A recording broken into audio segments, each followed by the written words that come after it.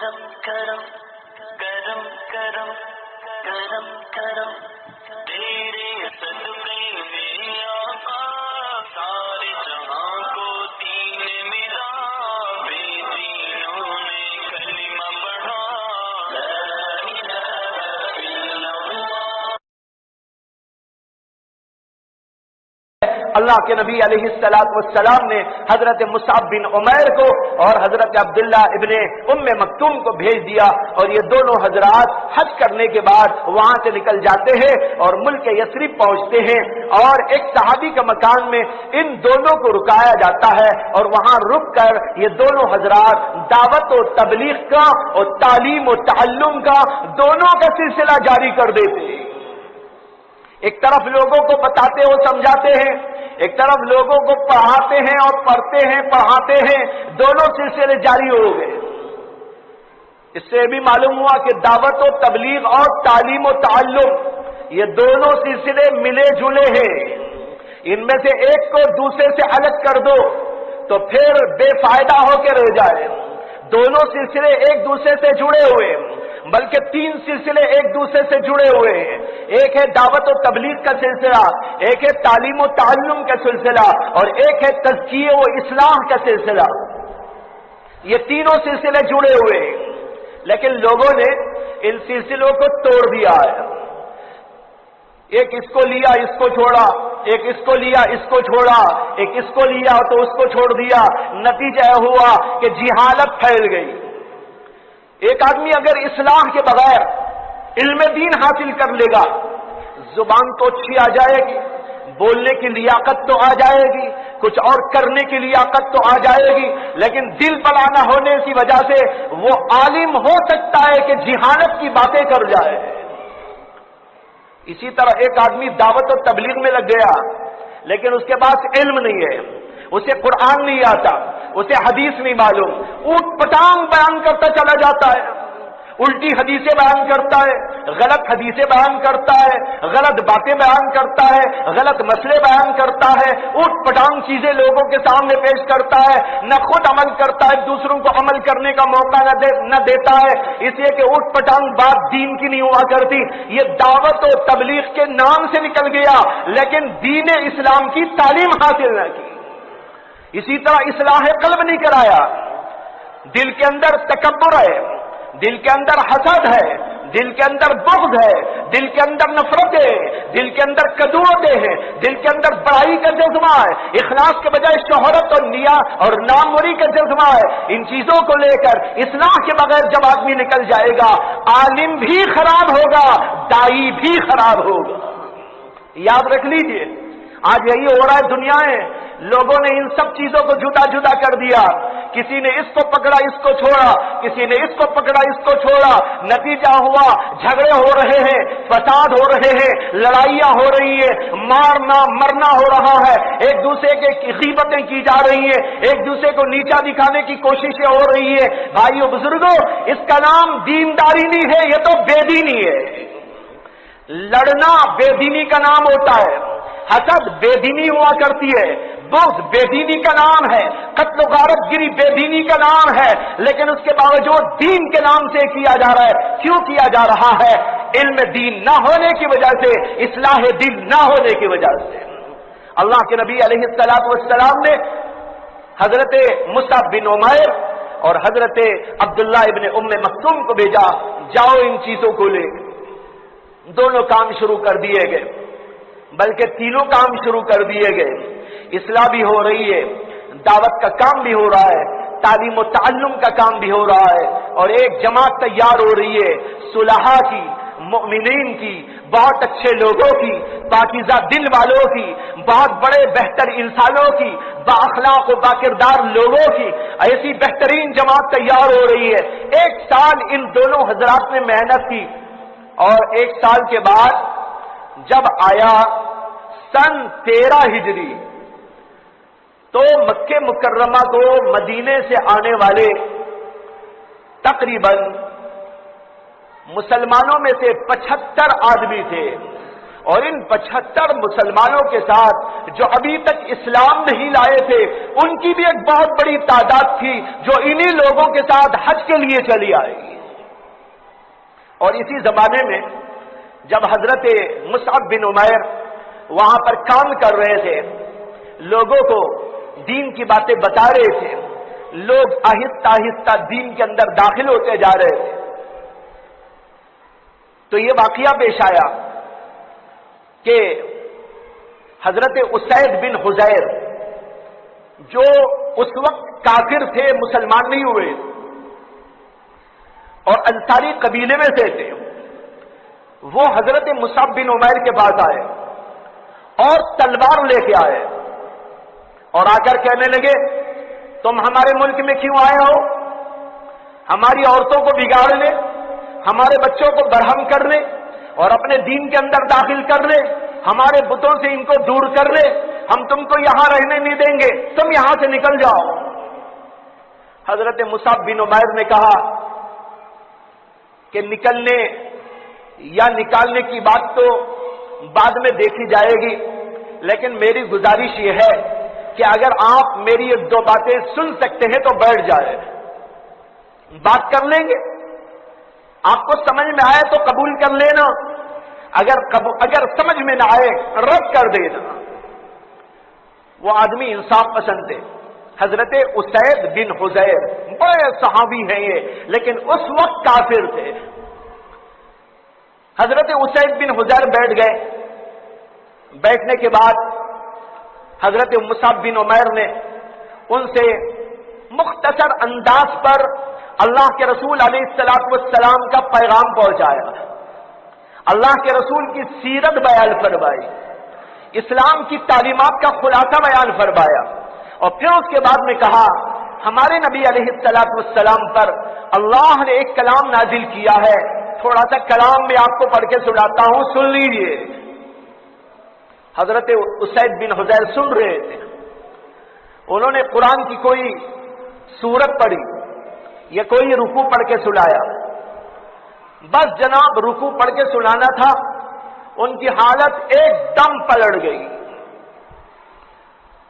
وہ بےتاب سے ہو رہے تھے، اس لیے کہ عربی زبان ان کی زبان، عربی زبان کی نزاکتوں سے واقف تھے، اس کی فصاحت، اس کی بلاغت اور اس کی شان، اس کی شوکت، یہ سب چیزیں ان کے سامنے آشکارا تھیں. جو ہی انہوں نے قرآن کی وہ سورت یا قرآن کا وہ رکوع سنا جو حضرت اسید بن حضیر نے پڑھ کے سنایا تو ان کے اندر ایک عجیب انقلاب پیدا ہو گیا، رونے لگے اور اس کے بعد میں کہنے لگے مجھے بھی اس دین کے اندر داخل کرو. یہ اتنا پاکیزہ دین ہے، یہ اس قدر بہترین چیز ہے، اگر یہ بہترین اور پاکیزہ دین ہو میں کیوں اس سے محروم رہوں، میں بھی اس میں داخل ہوتا ہوں. معلوم ہونا چاہیے کہ اسید بن حضیر کو تلوار دے کر بھیجنے والے وہ تھے سعد بن معاذ، جو قبیلے خزرج کے ایک رئیس تھے، بہت بڑے رئیس تھے، ان کی بات سارے علاقے میں چلتی تھی. انہوں نے بھیجا تھا ان کو کہ جاؤ ایک آدمی آ گیا ہے، ہماری عورتوں کو بہکا رہا ہے، ہمارے بچوں کو ورغلا رہا ہے، ہمارے مردوں میں بھی کچھ کام کر رہا ہے، اس لیے اس کو جا کر سمجھاؤ، اگر نہیں سمجھتا وہ نہیں جاتا تو قتل کر دو. یہاں آئے تو اسید بن حضیر کے ساتھ یہ معاملہ پیش آیا اور وہ اسلام قبول کر کے جب وہاں سے لوٹے سعد بن معاذ انتظار میں تھے کہ کیا جواب لاتے ہیں یا کیا کر کے آتے ہیں. انہوں نے دور سے ہی ان کو دیکھ کر کہا مجھے تو جو ہے اسید کا کچھ رنگ بدلا ہوا نظر آ رہا ہے، اسید کا رنگ کچھ بدلا ہوا نظر آ رہا ہے. قریب میں آئے تو پوچھا کہ کیا ہوا، انہوں نے پورا قصہ سنایا اور کہا کہ یہ صورت ہے. تو اس پر سعد بن معاذ کو بڑا غصہ آیا اور انہوں نے کہا کہ تم بھی بڑے مجرم معلوم ہوتے ہو. انہوں نے کہا کہ جناب ذرا صبر کیجئے، غور و فکر سے کام لیجئے. اللہ نے آپ کو عقل دی ہے, آپ ہمارے سردار ہیں, سردار ہونے کے باوجود طیش میں آ جانا یہ کوئی بڑی بات نہیں ہے. اصل بات یہ ہے کہ آپ سوچ وچار سے کام لیں. میں آپ کو بتا رہا ہوں کہ انہوں نے میرے سامنے ایک ایسی بات پیش کی, اگر آپ بھی اس کو سن لیں تو آپ بھی کہیں گے انصاف کا تقاضا اور عقل کا تقاضا یہ ہے کہ اس کو قبول کروں. اس لیے انہوں نے ان کو تیار کیا کہ آپ جائیں اور دیکھیں. چنانچہ سعد بن معاذ پھر وہاں پہنچے. پہنچ کر انہوں نے ان سے کہا کہ تم یہاں کیوں آئے ہو اور ہمارے لوگوں کو کیوں بہکا رہے ہو؟ انہوں نے کہا کہ جناب آپ کچھ دیر بیٹھے, میرے سے پوچھیں, میں جواب دوں گا. میرے جوابات کو آپ سنیں, میری باتوں کو آپ غور کریں. اگر آپ کو سمجھ میں آئے تو قبول کریں, نہ تو آپ کے ذہن میں جو آ رہا ہے وہ فیصلہ کریں. انہوں نے کہا بات تو آپ کی ٹھیک ہے, انصاف اور عقل کا تقاضا تو یہی ہے کہ طیش میں آنا تو عقل کی بات نہیں ہے, لہذا میں بیٹھتا ہوں, بولو میرے سوال کا جواب کہ کیوں تم آئے ہو, کیا کر رہے ہو یہاں. اس کے جواب میں حضرت مصعب بن عمیر نے ایک تقریر کی, بڑی جامع, بڑی معنی, بڑی پیاری, بڑی پاکیزہ.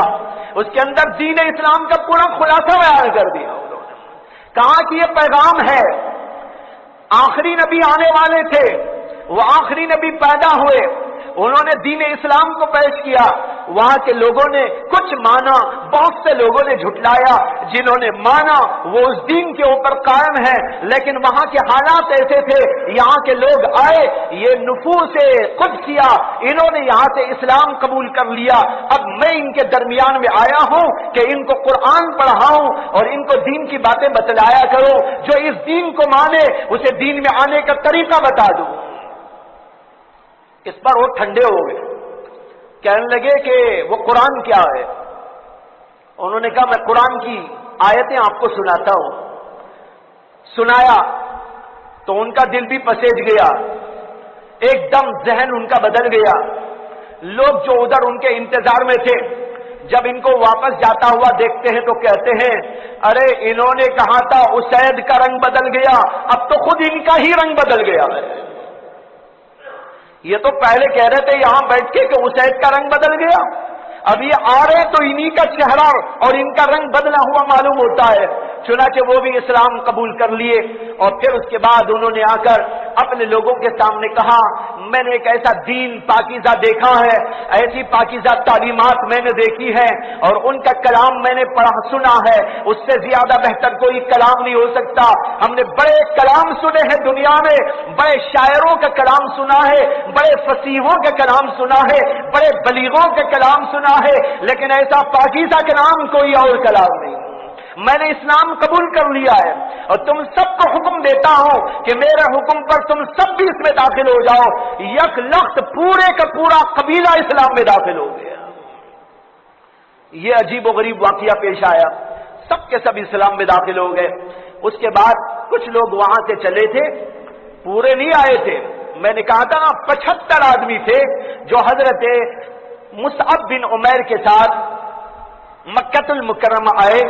ان کے ساتھ مشرکین بھی بہت سارے لگ گئے تھے, وہ بھی وہاں پر آئے اور اسی جگہ قیام کیا جہاں گزشتہ سال اللہ کے نبی علیہ السلام سے ملاقات ہوئی تھی. اسی جگہ قیام کے دوران انتظار میں تھے اللہ کے نبی کا چہرہ نظر آ جائے, اور ادھر اللہ کے نبی بھی بےتاب تھے کہ ان لوگوں کا چہرہ نظر آ جائے جو مدینے والے ہیں, یثرب والے ہیں. اللہ کے نبی بھی تلاش کرتے کرتے ادھر سے آ رہے تھے, ملاقات ہو گئی. اللہ کے نبی کو بے پناہ اس کے اوپر خوشی ہوئی. ان کو بتایا گیا کہ اتنے لوگ اسلام لے آئے. سعد کا قصہ بھی سنایا, اسید کا قصہ بھی سنایا, وہاں کے حالات کو بیان فرمایا, اور پھر اس کے بعد بتایا کہ اس وقت میرے ساتھ حج کرنے کے لیے وہاں سے 75 آدمی آئے. اب دوبارہ بیعت کی اللہ کے نبی علیہ السلام نے. اس موقع پر یہ واقعہ بھی ہوا کہ اللہ کے نبی صلی اللہ علیہ وسلم کے چچا حضرت عباس رضی اللہ تعالی عنہ وہ بھی وہاں پہنچے ہوئے تھے. وہ ابھی تک اسلام نہیں لائے تھے. وہ تو بہت دیر میں اسلام لائے تھے لیکن اتفاق سے وہاں پہنچے ہوئے تھے اور اللہ کے نبی کے ساتھ ساتھ میں تھے، اس لیے کہ خاندان کی وجہ سے پیار محبت بھری ہوئی تھی۔ اللہ کے نبی علیہ السلام کے دین پر تو نہ آئے تھے لیکن اس کے باوجود اللہ کے نبی کی حمایت کرتے تھے، اللہ کے نبی کی مدد و نصرت کرتے رہتے تھے، وہ بھی اللہ کے نبی کے ساتھ آئے ہوئے۔ بیٹھ کر باتیں ہوئی، اللہ کے نبی صلی اللہ علیہ وسلم نے ان کو بیعت کرایا۔ یہ ہے بیعت عقبہ ثانیہ، بیعت عقبہ ثانیہ، اس کو ثانیہ کہتے ہیں۔ میں نے کہا تھا اس سے پہلے سال میں جو ہوئی تھی اس کو اولا کہتے ہیں، وہ اولا یہ ثانیہ یعنی دوسری بیعت۔ اس بیعت کے اندر 75 انسانوں نے اللہ کے نبی علیہ السلام کے ہاتھ پر بیعت کی۔ اس دوران ان لوگوں نے درخواست کی کہ اللہ کے نبی آپ یہاں پریشان ہیں، آپ کے لیے یہاں حالات ناسازگار ہیں، آپ دین کو پھیلانے میں یہاں رکاوٹ محسوس کرتے ہیں، لوگ جگہ جگہ آپ کو تکلیف دینے کا سامان پیدا کر دیتے ہیں، آپ کے لیے رکاوٹیں ہیں، آپ کے لیے پریشانیاں ہیں۔ ہماری درخواست یہ ہے آپ ہمارے علاقے میں تشریف لے آئے، اگر آپ ہمارے یہاں تشریف لے آئیں گے تو دین کے پھیلنے کے بڑے ذرائع پیدا ہو جائیں گے اور آپ کو ہم ہر طرح مدد دیں گے، آپ کی نصرت کریں گے۔ یہ سننا تھا کہ حضرت عباس کھڑے ہو گئے، انہوں نے کہا ذرا سوچ کے بولو، تم محمد کو بلا رہے ہو، وہ رسول اللہ اس لیے نہیں بولتے تھے کہ وہ ایمان نہیں لائے تھے، وہ کہنے لگے کہ محمد کے بارے میں تم یہ کہہ رہے ہو کہ وہ وہاں پر آ جائے۔ دیکھو اب تو یہاں کی فضا اگرچہ کہ بہت ہی ناسازگار ہے لیکن ہم ان کی حفاظت کے لیے موجود ہیں، ہم خاندان کے لوگ، قبیلے کے لوگ ان کی مدد و نصرت کرتے ہیں، ہم ان کی حمایت کرتے ہیں، یہ ہمارے درمیان میں ہے۔ اس لیے کافر لوگ اگرچہ کہ بڑا زور لگاتے ہیں لیکن ان کو زک و تکلیف اب تک نہیں پہنچا سکے، ہم ان کی حفاظت جتنی کرنی تھی کرتے رہتے ہیں۔ اگر تم ان کو یہاں سے اٹھا کے وہاں لے جاتے ہو تو تمہاری بہت بڑی ذمہ داری ہوگی، اگر ان کے اوپر کوئی بھی آنچ آئی تو تم کو جواب دے رہا ہو۔ وہ لوگ کہنے لگے کہ ہم سب کے لیے تیار ہیں، ہم جان و مال اور اپنی ہر چیز کی قربانی دیں گے اور ان کی حفاظت کرنے کا کام جو کچھ کہ ہمارے بس میں ہوگا کرتے رہیں گے۔ اس پر حضرت عباس نے کہا کہ اگر ایسا ہے تو ٹھیک ہے، ان کو لے جا سکتے ہو۔ اللہ کے نبی علیہ السلام سے ان لوگوں نے کہا یا رسول اللہ اگر آپ ہمارے ہاں تشریف لے آئے تو آپ ہم سے کیا چاہتے ہیں، ہم آپ کی کیا کریں، کیسے مدد کریں؟ اللہ کے نبی علیہ السلام نے فرمایا سب سے پہلی بات تو میں یہ کہتا ہوں تم اللہ کے دین پہ قائم رہنا، تمہیں کوئی بھی پریشانی آئے لیکن کوئی جنبش دین کے اعتبار سے تم میں نہ پیدا ہو، اللہ کی توحید پر قائم رہو، آخرت کے یقین پر قائم رہو۔ اور دوسری بات مجھے یہ عرض کرنی ہے کہ اگر ہم وہاں پر آئے اور میں اور میرے صحابہ وہاں پہنچے تو تمہیں جان کے اعتبار سے، مال کے اعتبار سے، ہر چیز کے اعتبار سے ان سب کی مدد کرنا ہوگا۔ ان لوگوں نے کہا ہم اس کے لیے تیار ہیں، ہم ہر چیز کے لیے تیار ہیں، لیکن ہم یہ اگر کریں تو اس کے بدلے میں ہم کو کیا ملے گا؟ اللہ کے نبی صلی اللہ علیہ وسلم نے کہا کہ میں تم میں رہوں گا اور تمہیں جنت ملے گی۔ زور سے نعرہ بلند ہوا، اتنے زور سے نعرہ بلند ہوا کہ آس پاس کی فضا گونج اٹھی۔ اللہ کے نبی علیہ السلام نے کہا کہ تم کو جنت ملے گی۔ ان میں سے ایک صاحب کھڑے ہوئے، انہوں نے کہا میرے دل میں خدشہ ہے، اگر اجازت ہو تو میں اس کو عرض کر دوں۔ اللہ کے نبی نے فرمایا کیا خدشہ ہے، کیا اشکال ہے؟ انہوں نے کہا مجھے اشکال اور خدشہ یہ ہے ابھی تو مکے کی فضا آپ کے لیے ناسازگار ہے، اسی عام مکے کو چھوڑ کر مدینہ آ جائیں گے، ہم آپ کی مدد کریں گے، ہم آپ کی نصرت کریں گے، ہم جان سے بھی مال سے بھی ہر طرح قربانیاں دینے کے لیے تیار ہیں، لیکن کل کا دن مکے کی فضا آپ کے لیے ہموار ہو جائے تو کیا آپ ہم کو چھوڑ کے پھر واپس مکہ آ جائیں گے؟ یہ سوال تھا، خدشہ تھا۔ انہوں نے کہا میرا یہ سوال ہے کہ اگر حالات سازگار ہو جائے، مکے والے پھر آپ کو بلا لیں، یہ آپ کے خاندانی لوگ ہیں، یہ آپ کے قبیلے والے ہیں، اب تو ناسازگار ہے فضا، کل سازگار بھی ہو سکتی ہے، تو پھر آپ ہم کو چھوڑ کے یہاں چلے آئیں گے؟ اللہ کے نبی صلی اللہ علیہ وسلم نے کہا ہرگز نہیں، ہرگز نہیں،